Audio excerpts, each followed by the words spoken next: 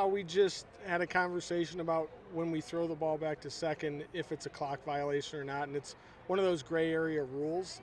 It's one of those rules we'll probably, just talk about maybe altering for next year when the coaches all meet with umpires and stuff like that. It's just one of those things where Nick stepped off, and because he didn't make a competitive throw to second, they charge us with a ball. But he stepped off before the clock hit zero, so we were hoping for a reset, and we got a ball charged against us. So you're fighting for every pitch, and that's kind of what it was about.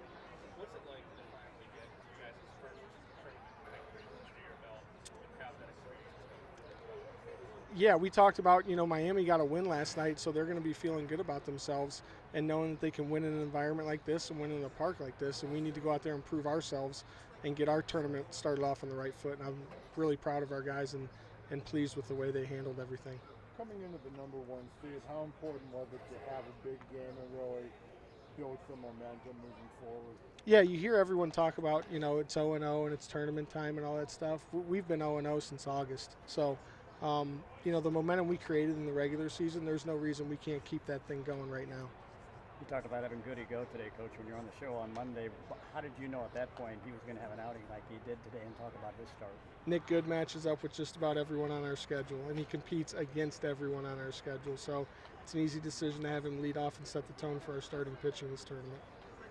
Let's talk about how good Isaiah Seidel has been down the stretch for you guys, and just being able to come into high leverage situations, get you guys out of trouble, give you guys multiple innings. Yeah, he's not a normal look.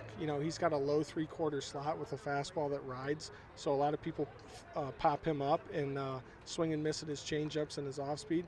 And again, he competes. Same thing with Nick Good. There was no let-up when he took the rubber. He was going to get after people, and he's raised by competitive parents. His dad's a coach. His brother's a warrior at second base. It's just a competitive family, and we're going to roll with guys that act like that all the time. This is the homecoming for a couple of you guys, Nathan Archer from Keystone High School nearby and Rosen Banjoff. Just talk about what they've meant to the team this season. I know that Archer's had a really big year for you. Yeah, Nathan Archer's a special player. If we can get more guys to come in and play center field like he is, we can do this for a long time. So he's on his way to the next level after we get done with this season, and just a special player from right up the road. And recruiting him out of high school was an easy decision. He was obvious straight from video. So getting Leighton Banjoff when he hit the transfer portal was a big deal, because he's a great right-handed hitter from right over here at Elyria Catholic, and he was a big name out of high school, and he's a winner. And he came in and showed our guys kind of what it takes now to win at this level, having won a Big Ten championship at Nebraska. So both those guys being in the middle of our lineup and making a lot of things happen are important to our success, and we couldn't be happier that their careers are happening right here in Northeast Ohio. Took a while to get the offense on track today as well, Coach. After the first 3 innings, what was the message to the kids?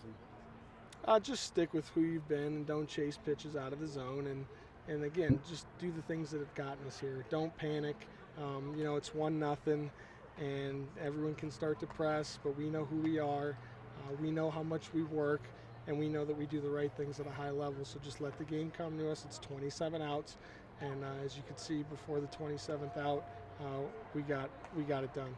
On the defensive side of the ball as well, you've always said make the plays that you're supposed to make and make a few special plays. That was the case today too, wasn't it? Yeah, that's what we see in practice out of our guys defensively. I mean, they're on pace to break another school record when it comes to fielding percentage. So the balls hit right at our guys, we feel really good about, and the ones that most people can't get to, we still feel pretty good about with our athleticism. So just a testament to position players wanting to play defense, wanting to smother the other team, wanting to take 3 points off the batting average when a ball gets hit to them, and get us one out closer to winning games. Almost like a home game for you with the crowd today. Talk about that. You guys could feel the energy. You had Miami outnumbered about 10-1 as far as fans go.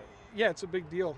It's an hour and a half from Bowling Green. We saw a lot of Northwest Ohio people. We also saw a lot of Northeast Ohio people that have set up shop, raised families, coming back to make this drive and see what this team's all about. And we want to continue to make them proud and take it one game at a time and hit the reset button 24 hours from now and go out there and get another one. Coach, you part of the MAC tournament as a player. What's it like to return as a coach, and what is the emotion?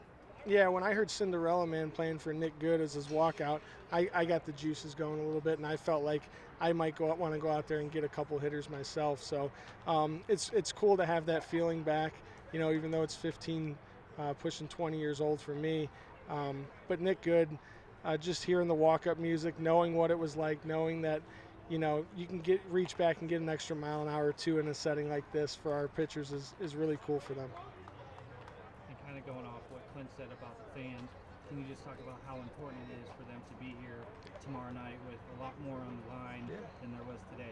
Yeah, every game now is the biggest game of the season. So if you don't have anything going tomorrow night, or you can take a half day of work on Friday, get over here to Crusher Stadium and support these kids because they deserve it.